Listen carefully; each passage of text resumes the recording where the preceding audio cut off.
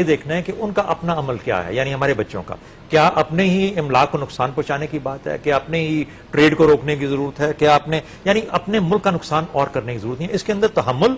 اپنے جذبات بھی دکھائیے، اپنا غصہ بھی دکھائیے، لیکن تحمل کے ساتھ بغیر اپنے کسی چیز کو نقصان پرامن رہنے کی کوشش کریں، نقصان نہ پہنچائیں، لیکن جو آپ کے ملک کے اندر سے آواز نکلے، جو کہ آپ کی حکومت کو چاہیے کہ وہ نکالے، وہ ایسی ہونی چاہیے جس میں کوئی شک شبہ نہ ہو۔ بھائی مجھے ایک اور بات کہنے دیجیے، یہ ایسا موقع ہے میرے خیال میں یہ جو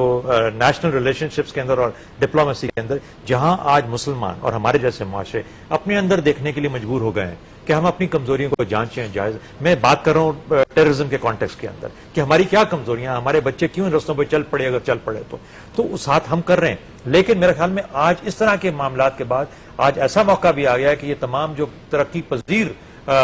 جو معاشرے ہیں، امریکہ کا یا یورپ کا، ان کو بھی یہ دیکھنے کی ضرورت ہے کہ ان کے ہاں سے جو ریئیکشنز آتے ہیں جو کہ مسلمانوں کے لیے، مسلمان جو ریئیکٹ کرتے ہیں، ان کے اپنے معاملات کس قسم کے ہیں، ان کا بیہیویئر کیا ہے، ان کے مینرزمز، ان کے ایٹیٹیوڈز، ان کی ایروگنس کیا کہہ رہی ہے، یہ ان کے پیغامات کیسے ہیں جس کے اوپر کہ مسلمان ممالک، مسلمانوں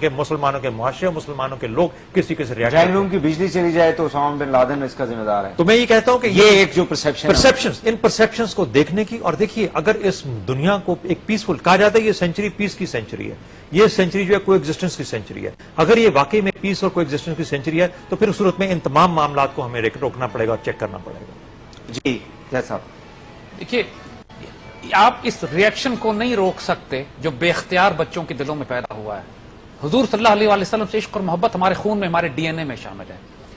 اور یہ بات ضرور ہم بچوں سے کہیں گے اور قوم سے کہیں گے کہ دیکھو اس ملک کی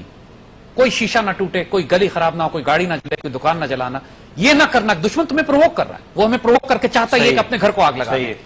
ہم نے رسپانس میچور دینا ہے۔ دیکھیں ٹرکس نے کیا رسپانس دیا، ہمارے بچے جذبات میں آئے، کسی نے کہا فیس بک بوائیکاٹ کر دو، کسی نے کہا، ٹرکس نے جا کے ہیک کر لیا اس کو، اس میدان جنگ میں گئے، ان کے برابر مقابلہ کیا، ویب سائٹ ہی غائب کر دی، فیس بک دوبارہ لے کر آ گیا اس کو۔ سو بیٹل فیلڈز موجود ہیں، میدان جنگ موجود ہیں ہر ایک کے کام کرنے کے۔ نوجوان بچوں کو سائبر ورلڈ میں ہی جواب دینا چاہیے اس کا، اور حکومت کی سطح پر ہمارے علماء کو، ہمارے دانشوروں کو اس سے زیادہ خوبصورت موقع نہیں ملے گا امت کو اکٹھے کرنے کا۔ یاد رکھیے ہماری امت، ہماری ملت کسی موضوع پر اکٹھی نہیں ہو سکتی سوائے عشق رسول اور ادب رسول صلی اللہ علیہ وسلم پہ۔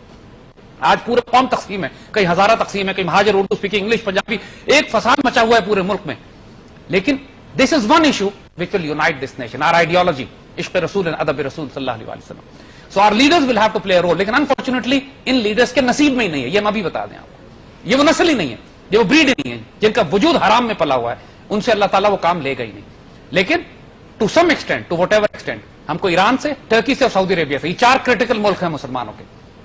ایران، ترکی اور سعودی عربیہ۔ اگر یہ چار ملک ہم پاکستان کے ساتھ مل کر ہمیں کامن آواز نکالتے ہیں، کوئی مشکل بات نہیں ہے کہ چار ملکوں کے ایمبیسڈرز کو بلا کے بٹھائیں، کامن اسٹیٹمنٹ نکال دیں، آپ مغرب کی جان نکال دیں گے، یہ بتا دیں۔ اس کو ڈپلومیٹک لیول پہ بھی لینا ہے، انیشیٹ کرنے کی ضرورت ہے۔ کون کرے گا؟ مطلب ہم کریں، دیکھیے پاکستان گورنمنٹ کی، ہم سب سے طاقتور ملک ضرور ہیں، لیکن ہماری مورل اتھارٹیز گورنمنٹ کی نہیں ہے، کیونکہ دنیا کو پتا ہے کہ یہ پرسنٹیجز پہ چلنے والے لوگ ہیں۔ So we will have to hand this over to Saudi Arabia, Iran اور ٹرکی۔ ترک صدر جو ہے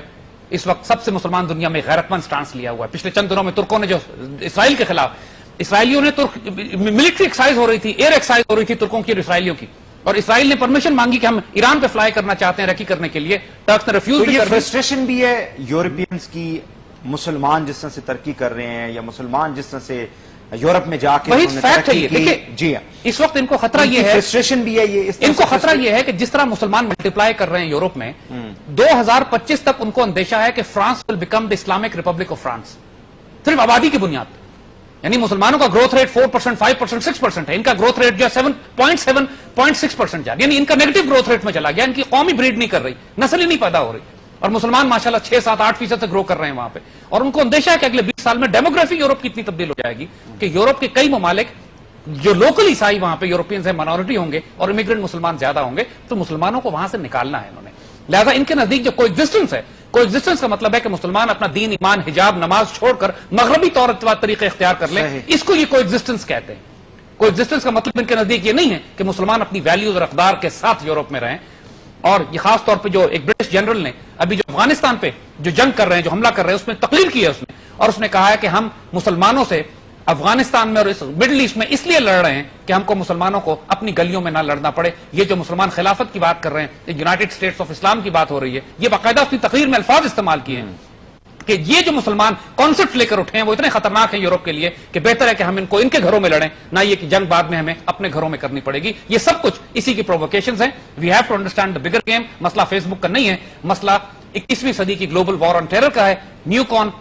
پالیسیز کا ہے. تھوڑا سا دیکھیں، ایک اسٹریٹجی کے اندر پیرالسس جو ہے نا، سب سے ایک الٹیمیٹ ایم ہوتا ہے کہ اسٹریٹجی ایسی ہونی چاہیے جو کہ پیرالائز کر دے اگلے بندے کے رسپانسز کو. اچھا، اور پیرالسس کے لیے جو مینٹل ڈسلوکیشن ہے، سائیکولوجیکل ڈسلوکیشن، یعنی اس کو یہ سمجھنا ہے کہ اتنا انتشار بڑھ جائے اس کے ذہن کے اندر کہ وہ پیرالائز ہو جائے. تو یہ جو اس قسم کی جو کوششیں ہوتی ہیں، دیکھیں ہم اس وقت تھوڑا سا ریسیونگ اینڈ پہ ہیں مسلمان، ان کے اندر اور اس طرح کے حربے استعمال کر کے اتنا منتشر کر دیا جائے کا دماغ، اس طرح کا انتشار پھیلا دیا جائے تاکہ ایک سوچی سمجھی کوئی کوہیرنٹ سوچ نہ نکل پائے. بہت بہت شکریہ Zaid Hamid sahab, air vice marshal retired Shahzad Chaudhry sahab, senator professor محمد ابراہیم صاحب، تینوں مہمانوں کو بہت بہت شکریہ جی. ناظرین آج کے لیے اتنا ہی. وحید حسین کو اجازت دیجیے. اللہ حافظ.